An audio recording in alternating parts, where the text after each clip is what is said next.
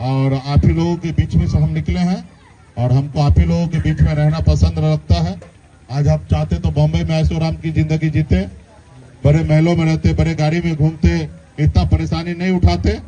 ऊपर वाला कृपा से सब कुछ है, उसके बावजूद भी घर परिवार को छोड़कर आप लोगों के लिए लड़ाई लड़ रहे हैं, क्योंकि हमको यही अच्छा लगता है। लेकिन कोई नेता का ये काम नहीं होना चाहिए कि किसी कोई जनता हमको वोट ना दे तो उनका काम ना करे।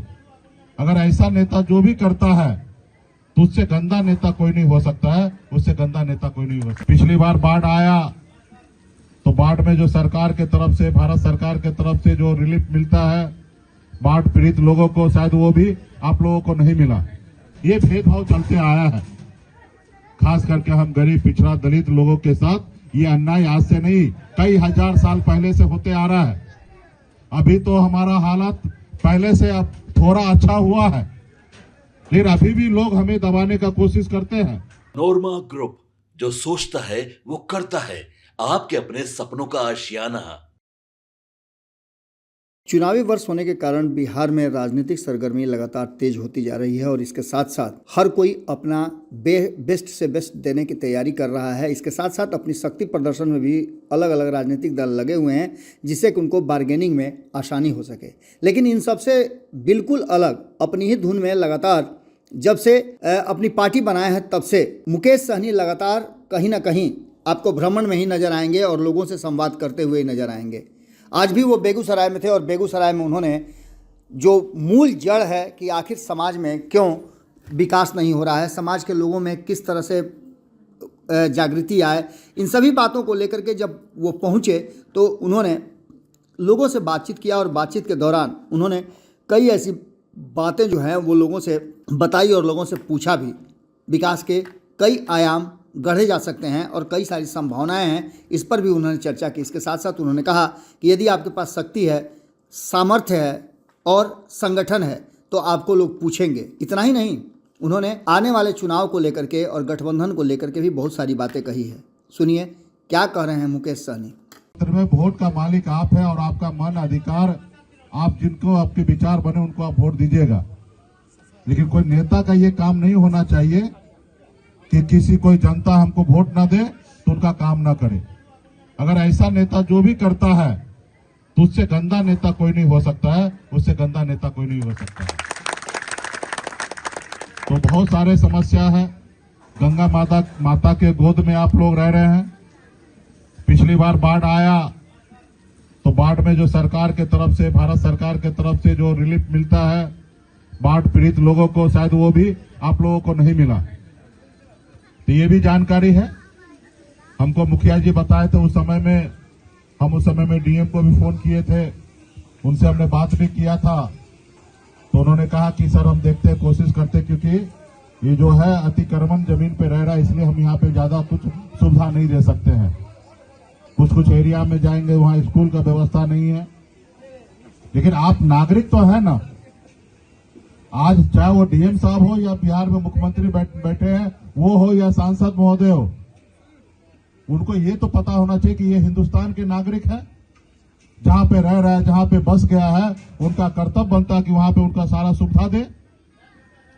सरकार की पॉलिसी है, अगर जिनके पास जमीन नहीं है, रहने के लिए घर नहीं है, वो सरकार का काम है 3 डिसमिल जमीन देना, इंदिरा आवास के तहत उसको घर बना के देना। जो परिवार पढ़े लिखे नहीं है, जो गरीब है, जो अपने बच्चे को पढ़ा नहीं सकता, उसके लिए सरकारी स्कूल खोलने की व्यवस्था है। जो गरीब है, इलाज नहीं करा सकता, उसके लिए सरकारी हॉस्पिटल का व्यवस्था कराना है। ये सरकार का काम है, क्योंकि हर एक नागरिक, लोग टैक्स भरते हैं और वही टैक्स के पैसे से देश चलता है। वो टैक्स कोई ज्यादा देता है, कोई थोड़ा कम देता है, लेकिन इसके लिए भेदभाव नहीं है। और सरकार का पहला लक्ष्य होता है, मुहिम होता है कि जरूरतमंद लोगों को ज्यादा मदद करना है। आप भी टैक्स भरते हैं, साबुन खरीदते हैं तो टैक्स भरते हैं, आप एक कपड़ा खरीदते हैं तो आप टैक्स भरते हैं। हमारी माता बहन है, श्रृंगार का सामान खरीदती है तो उसमें टैक्स भरा जाता है। और सही तो देश को चलाने वाले किसान भाई होते हैं। आज बड़े बड़े उद्योगपति या बड़े बड़े लोग अगर 2 वक्त का खाना खाते हैं तो खाना आप मुहैया कराते हैं, अगर आप किसानी नहीं करते तो शायद उसको 2 वक्त का रोटी नहीं मिलता। तो ये सदियों से ये भेदभाव चलते आया है, खास करके हम गरीब पिछड़ा दलित लोगों के साथ ये अन्याय आज से नहीं कई हजार साल पहले से होते आ रहा है। अभी तो हमारा हालत पहले से अब थोड़ा अच्छा हुआ है, लेकिन अभी भी लोग हमें दबाने का कोशिश करते हैं। पहले तो लोग हमारे साथ खड़ा नहीं होना चाहते थे। हम जहां बैठते थे वहां पे जहां वो बैठते थे वहां हमको बैठाते नहीं थे। वो हमारे हाथ से पानी तक नहीं पीते थे। वो अपने दरवाजे के सामने से हमको चप्पल पहन के जाने के लिए इजाजत नहीं देते थे। हमारे पूर्वज उनके सामने अच्छा कपड़ा नहीं पहन सकते थे। तो ये इस तरीके से भेदभाव था। लेकिन आजादी के बाद बाबा साहब भीमराव अंबेडकर ने एक संविधान बनाया जिसमें सबका समान अधिकार दिया। बाबा साहब ने कहा, पहले राजा के घर में बच्चा जन्म लेता था, उस राजा के बड़ा बेटा को राजा बनाया जाता था। लेकिन लोकतंत्र में बाबा साहब ने कहा अब राजा का व्यवस्था नहीं रहेगा। जिसके पास वोट होगा वो वोट के दम पर अपने जनप्रतिनिधि चुनेंगे, चाहे वार्ड का सदस्य हो या देश का प्रधानमंत्री। और सबका वोट का बराबरी एक है, चाहे वो रतन टाटा हो, अंबानी हो, अडानी हो या एक गरीब मछुआरा मजदूर क्यों ना हो, सबका वोट का सामान्य एक अधिकार दिया गया है। तो इसलिए साथियों तब जाके बदलाव हुआ। हमारे दलित भाई को आरक्षण मिला, उसी पैटर्न पे ओबीसी को आरक्षण मिला। आज हम लोग पंचायत में या कहीं पे भी समाज में अगर सर उठाने लायक बने हैं तो हमारे पूर्वज का संघर्ष की वजह से साथियों, हमारे पूर्वज के संघर्ष की वजह से। लेकिन आज भी बहुत सारे लोग हम लोगों को परेशान करता है, दबाने का कोशिश करता है। आप बताइए कहां तक जायज है कि हमको इंदिरा आवास ना मिले क्योंकि हम वोट नहीं दिए तो इसलिए ना मिले, ये या हमारा काम ना हो, या बाढ़ में हम पीड़ित हैं, हम वैसे ही परेशान हैं, हजारों समस्या के साथ आप जिंदगी जी रहे हैं, आप कोई महल में नहीं रहे हैं, यहाँ पे गरीबी में जिंदगी जी रहे हैं, उसके बावजूद भी उन लोगों को अच्छा नहीं लगता है कि आपको 10,000 रुपया सरकार से मिल जाए तो उनको बहुत परेशानी होता है। तो ये भेदभाव है। यही अगर इस मोहल्ला में, इस अगल बगल में अगर बड़े लोग होते, उच्च जाति के लोग होते तो ऐसा भेदभाव नहीं होता, उनके 50 जगह का पैरवी लग जाता। लेकिन आप गरीब है, आपका कहीं कोई सहारा नहीं है, कोई सुनने वाला नहीं है, आपकी अपनी पहुंच नहीं है, इसलिए आपका ऐसा होता है। तो इसके लिए आपको संगठित रहना पड़ेगा और इस गरीबी से निकलने का मात्र एक ही विकल्प है, एक ही रास्ता है। वो रास्ता है कि अपने बच्चे को पढ़ाइए, लिखाइए, शिक्षित बनाइए, एक रोटी कम खाइए, लेकिन बच्चे को हर हाल में उसको पढ़ाइए, लिखाइए, समझदार बनाइए। और जिस रोज वो समझदार होंगे, पढ़ लिख लेंगे तो उनको अपना अधिकार पता होगा, और जब उनका अपना अधिकार पता होगा तो अपने अधिकार के लिए लड़ाई लड़ेंगे, संघर्ष करेंगे। अच्छा क्या है, बुरा क्या है उनको पता होगा। तो ये सिर्फ इसके लिए एक ही रास्ता है, पढ़ाई लिखाई। हम भी गरीब परिवार में ही जन्म लिए, पिताजी मछली मारते थे, लेकिन पिताजी ने हमको थोड़ा पढ़ाया। पढ़ाई के वजह से गांव से निकल के जब बॉम्बे जैसे शहर गए तो हम अपने दम पर, मेहनत के दम पर हमने कामयाबी हासिल कर लिया। वही सोच और समझ हमारे पास था, उसी के दम पर बिहार आए तो हमने देखा कि नहीं, ये हमारे अपने लोग हैं। लोग बड़े बड़े महलों में रह रहे हैं, बड़े बड़े गाड़ी में घूमते हैं, लोग चांद पे घर बनाने के लिए सोच रहे हैं, लेकिन हमारे लोगों के लिए इस धरती पे घर नहीं है। और उसके बाद में पिछले 10 सालों से अपने लोगों के अधिकार के लिए हम लड़ाई लड़ रहे हैं कि जो हमारा अधिकार है वो हमको मिले, और बहुत हद तक हम लोग सफल हुए हैं। थोड़ा और मेहनत हम लोगों को करना है, क्योंकि कोई लड़ाई 1-2 दिन में नहीं जीता जाता है। बरसों से हमारा समाज सोया हुआ था, उनको हमने जगाया, आज लड़ाई लड़ने के लिए तैयार हो गया है और उनको अपना अधिकार मिलेगा। और आपका अधिकार आपको आप ही को लड़के लेना पड़ेगा, हम आपको नहीं दे सकते। हम आपका जरिया होंगे, हम आपके आगे खड़ा रहेंगे, लेकिन जब तक आप हमारे पीछे नहीं खड़ा रहिएगा हम आपका अधिकार आपको नहीं दे सकते। आज जैसे आपके यहाँ पे जो समस्या है, जब तक आप हमको पटना के बताइएगा नहीं तो हम समस्या को क्या समझेंगे।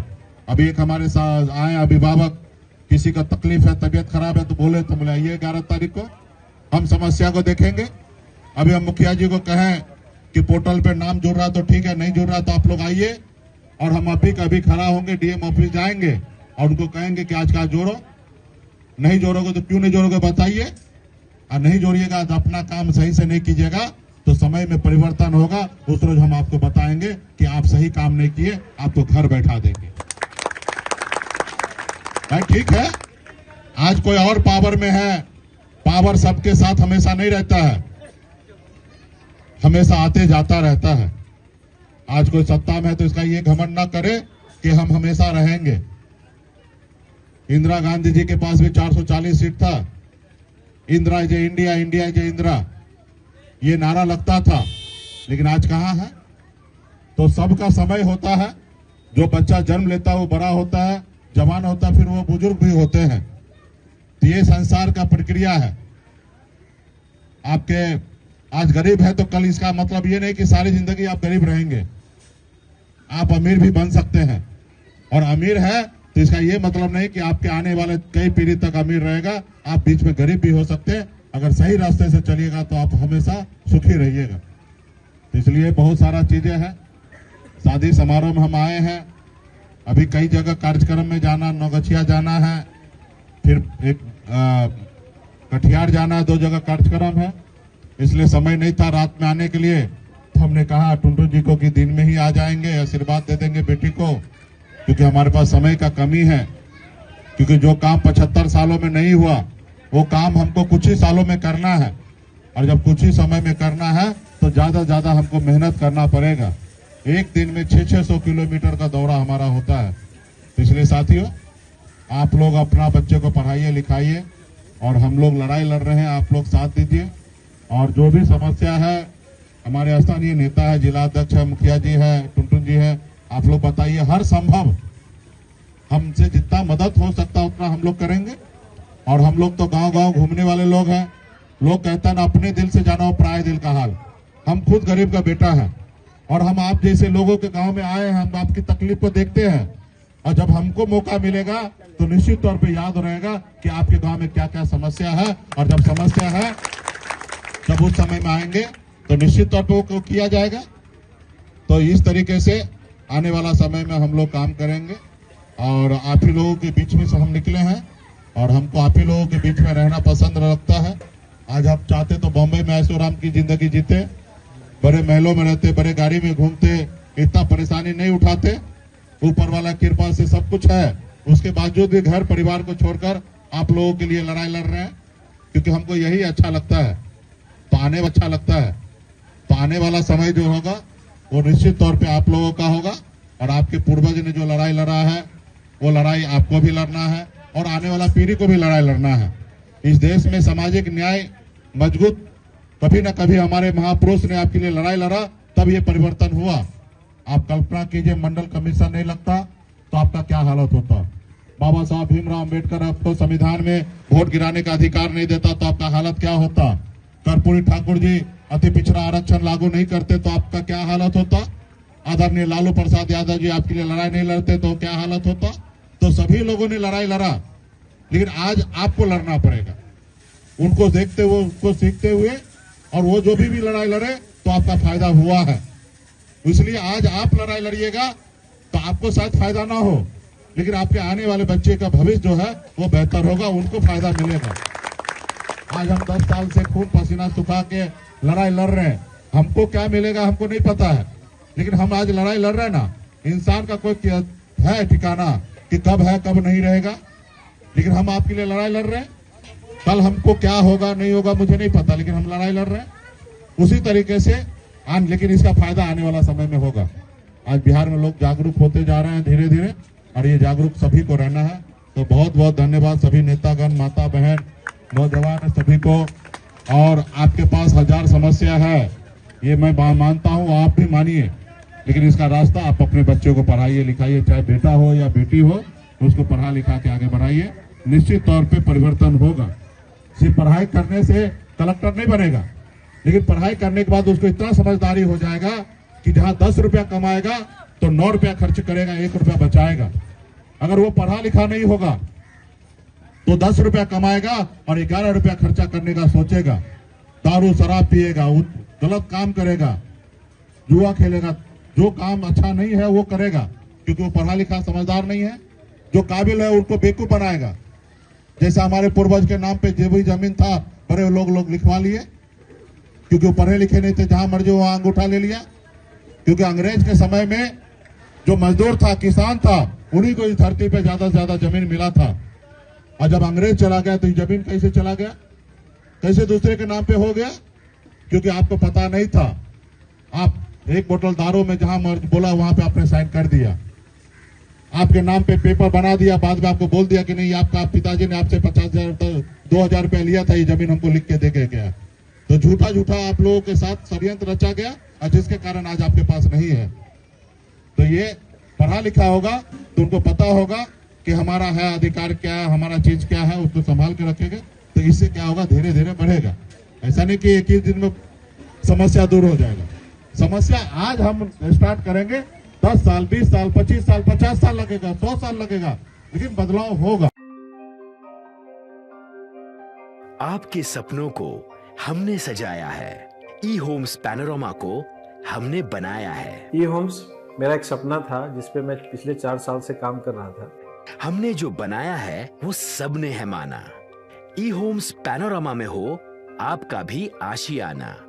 और फाइनली हमने 2021 में इस प्रोजेक्ट को लॉन्च किया। बहुत लोग अप्रिशिएट कर रहे हैं कि पूर्णिया जैसे शहर में, बिहार के, एक तो बिहार की बात करें उसमें भी पूर्णिया जैसे छोटे जगह में इस तरह का लाइफस्टाइल देना, ये सुन के हम लोगों को बहुत अच्छा लगता है। ई होम्स में हमने कुछ और भी किया है, जैसे हम जिस जगह में रह रहे हैं हमारे फैमिली सिक्योर हो, उनको सिक्योरिटी का ध्यान में रखा है। आपकी सुविधा और सुरक्षा आपके लिए खास है, ये आपका विश्वास है। इसमें आर्टिफिशियल इंटेलिजेंस का 7 लेयर सिक्योरिटी का हमने इस्तेमाल किया है। लश ग्रीन कैंपस को बनाया है। यदि हमारा बाउंड्री वाल है तो वो वर्टिकल गार्डन है। ये जितनी भी फैसिलिटी होता है एक इंटरनेशनल टाउनशिप में, ई होम्स है, ये हम लोग विश्वास नहीं कर पा रहे हैं। जो भी हमारे मित्र दोस्त या जो भी हमारे बाहर के बाहर आते हैं तो हम लोगों को बहुत अच्छा सुनने को मिलता है और बहुत अच्छा क्रेडिट मिल रहा है। वो सारा हमने सिर्फ एक बिल्डिंग नहीं बनाया, हमें एक बहुत अच्छा लाइफस्टाइल दिया ई होम्स में, और मेरा एक सपना था जिसको मैं आज फुलफिल होते हुए देख पा रहा हूँ। ये आपका आवास है। ई होम्स पैनोरामा में अब आपका निवास है। E homes Panorama, luxurious lifestyle redefined. Panorama group, जो सोचता है वो करता है।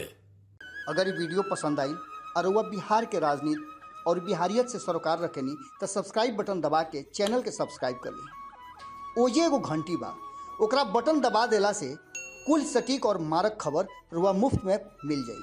अगर रुआ पत्रकारिता के हमनी के नया प्रयोग में सहयोग कर चाहतानी तो ज्वाइन बटन दबा दी। पेटीएम नंबर नोट कर ली 9386 816 700।